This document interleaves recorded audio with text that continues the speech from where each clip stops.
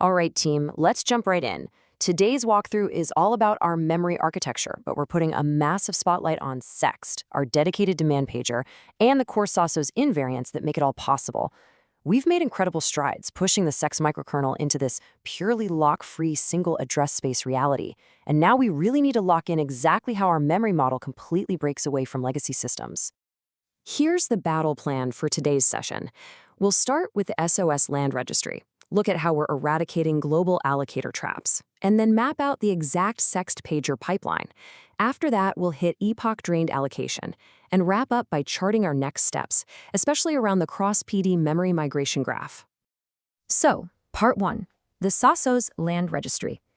We have literally tossed the whole concept of ambient authority out the window. You know how in legacy systems, memory is just this giant shared pool you blindly ask the kernel for? Yep, not here. In SEXOS, memory acts like a cryptographic land registry. The kernel does not dynamically allocate, period. It merely validates the subdivision and transfer of bounded, pre-existing physical domains. Memory is strictly a purely owned, capability-mapped resource.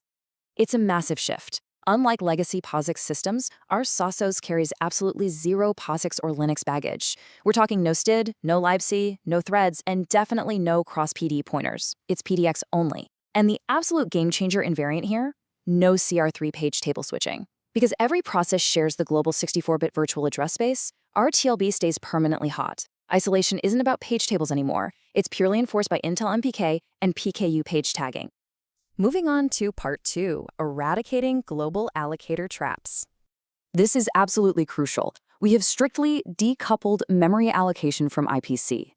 By completely eradicating the global allocator trap, we essentially mathematically eliminate the ambient authority and specter oracle risks that haunted our earlier phases. We've got no ambient authority malloc calls and absolutely no global free lists, creating those complex, highly exploitable state machines.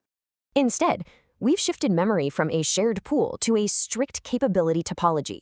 Your old legacy malloc, that's replaced by the heap capability.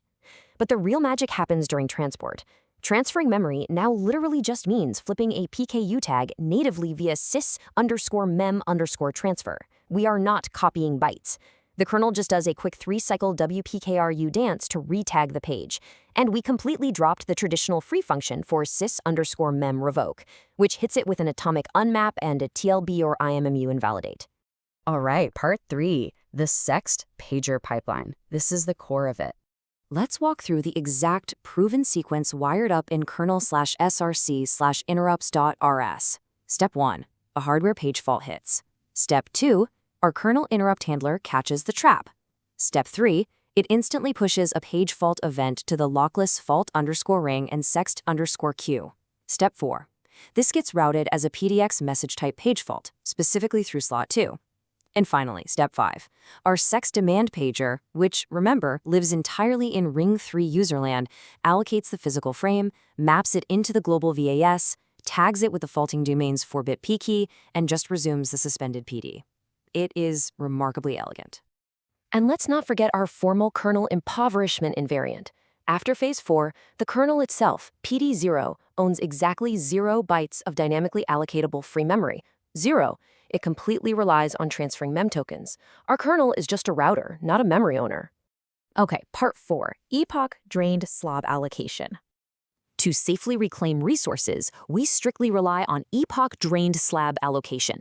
This means memory reclamation is completely decoupled from our IPC logic. A memory slot simply cannot be returned to the generational slab allocator until we hit true quiescence. The rule is absolute. We only reclaim memory when the drain epoch is greater than or equal to the global epoch, and every single worker core has explicitly acknowledged that epoch. The architectural discipline here is non-negotiable. The allocator never ever inspects capability transaction descriptors, or CTD fields, directly. If we let the allocator parse CTDs, we open ourselves up to nasty semantic ABA vulnerabilities. So instead, memory safety is globally managed via the epoch barrier, while capability execution stays entirely local. This formally redefines our whole setup as an epoch-drained slab machine.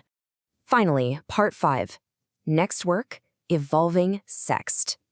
So what's next? Right now, we really need to evolve SEXT. As you all know, it's currently sitting as a Phase 19 stub in servers/sex/src/main.rs, literally just returning a success 0 to any fault. We've got to build that out into full, robust demand paging logic. Once that's rock solid, we're implementing the cross-PD memory migration graph. Since sysmin_mint acts as a monotonic bump allocator, domains will eventually face memory pressure. This graph is going to allow our Epoch Reaper to handle zero downtime memory rebalancing. And the final boss? Wiring the SEXT file's lock-free LRU cache right into SEXT so we can dynamically scale memory pressure across the entire SEXOS. So team, the big question I'm leaving you with today. Are we ready to wire that lock-free LRU cache to SEXT and officially finalize Phase 19? We've got the math down, the MPK locks are in place, and our epic boundaries are formally verified. Let's get back out there and make this demand pager a reality.